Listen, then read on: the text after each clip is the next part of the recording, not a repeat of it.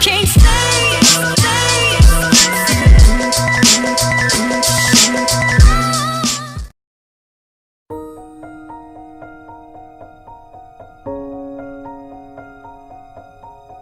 You've got to ask yourself, what do I want out of life? What do you want out of life? What do you want out of a job? What do you want out of a career? What do you want out of a relationship? What do you want? What gives you your life? How will you know when you got it? What will make you happy? You need to know. You need to start asking yourself some questions. What do I really, really, truly want?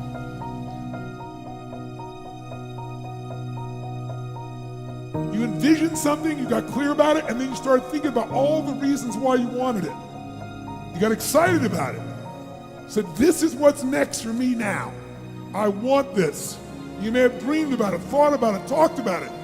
But when you focus on something continuously, something magical happens. You get insights, don't you? You overhear a conversation, and you hear something you wouldn't have heard if you didn't have that outcome or goal that you wanted so badly. If you have a specific skill set or talent that just immediately propels you to the top, yeah, you want to follow that.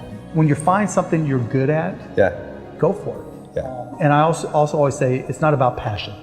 Everybody's got passion for something, right? Don't follow your passions, follow your efforts. Because people say, you know, I was passionate to play baseball. I was passionate to play basketball. It doesn't mean all of a sudden I was going to be good enough. But I found myself being really curious about business, being really curious about technology. And that curiosity is really what drove me. And I think, particularly if you're young today, curiosity is great. Always learning and trying to find new things, being curious about new things, because that's what leads you to that path. Trying to figure out in advance, that's hard because you don't know what you don't know. You have to have an emotional investment in what you're doing. If you don't love what you're doing, failure is pretty much guaranteed. Success is not guaranteed by any means, but failure is much more likely if you don't love what you're doing.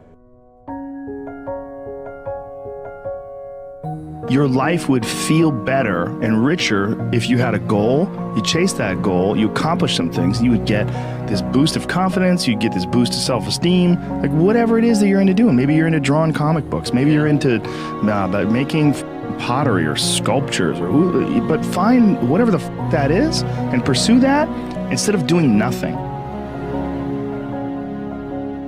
Now is the time to take risk. You don't have kids. As you get older, your obligations increase. And once you have a family, you start taking risk not just for yourself, but for your family as well. It gets much harder to do things that might not work out. So now is the time to do that before you have those obligations. So I would encourage you to take risks now, do something bold. If you want to control your own destiny, you work for yourself. That's how it works. I'm trying to inspire those of you who are on the tipping point. Take the chance, you're young. Go for it. There's nothing better than being able to wake up in the morning 10 years or 20 years from now and do whatever you like. So you want to work on yourself. You want to read books that inspire you and motivate you. You want to listen to tapes over and over and over again. And I suggest that you listen to tapes when you first get up in the morning. You want to control the spirit of your day.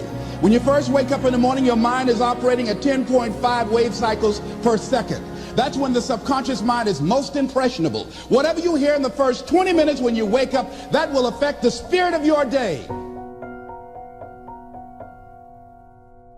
You want to make your dream come true, you got to stay focused. Some people rather get even than get ahead. Stay focused on where you want to go.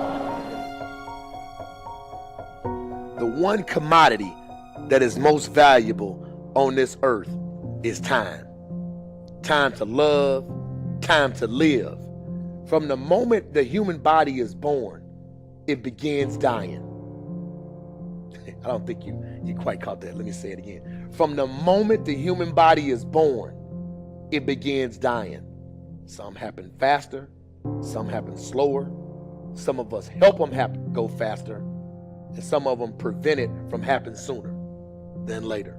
How many seconds, how many minutes do we waste every day doing things that are nowhere near the goals and aspirations and passions that we have inside?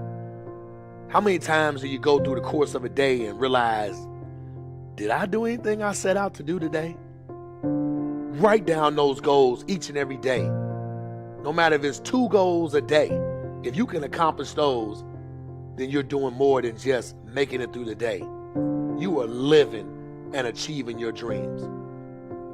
Find time to better yourself, read, explore, research, live life, do things you've never thought of doing before. That's what it's all about. When you're born, that's that date that they put on the left side of the tombstone. When you die, they put another date on the right side of the tombstone.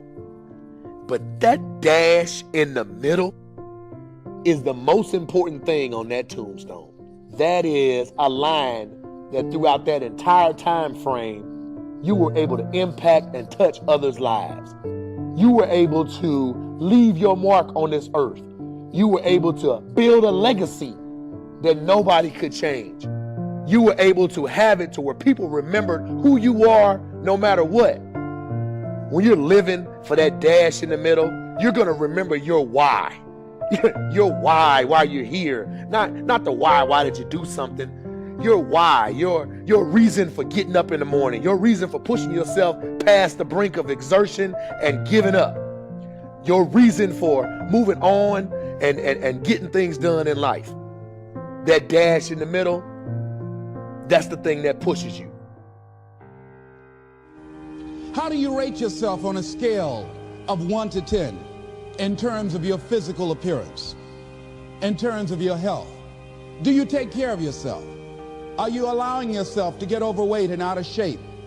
Are you conscious of your health? Are you watching the food that you take into your body? Do you make a deliberate effort to exercise? You know, it was George Burns, he said, we cannot help getting older, but we don't have to get old. And many of us get old before our time because we don't take time to take care of ourselves. Your environment is a very good indicator. On a scale of 1 to 10, is it what you want it to be? Do you find it desirable? Are you satisfied? The job or career that you're involved in. Someone said that 85% of the American public are unhappy with their jobs. Are you spending 8 hours a day just doing time? Doing something that you don't find challenging, that does not make you stretch mentally, that does not stimulate you, that does not inspire you. Something that you don't find a sense of fulfillment in it. If you're doing that day in and day out, it has to affect how you feel about yourself, your level of motivation. Your relationships. What kind of impact is it having on your life? Is it nourishing or is it a toxic relationship? Does it drain you or does it build you up? Ask yourself that. How motivated are you to do something about it? Your contribution, your actions. What are you giving? Many people will leave the universe without a trace. No one will know they were here. And in fact, under their name, we could put under there, not used up. Will anybody know that you came this way? What contribution are you giving? What will you leave? What will be different because you came this way?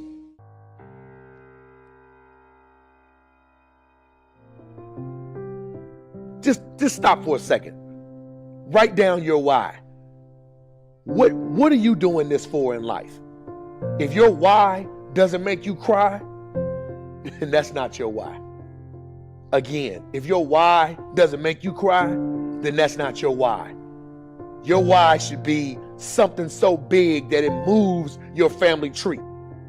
Your why should be something so big that it changes the whole outlook on how things are with you and your home, your family, your religion, your purpose. Think about your passion. Think about your opportunities. And that's how you find your purpose. OPP. When that why meets up with your passion, your opportunity, your purpose, then you'll find out. The most important day in your life is the day you remember why you were born.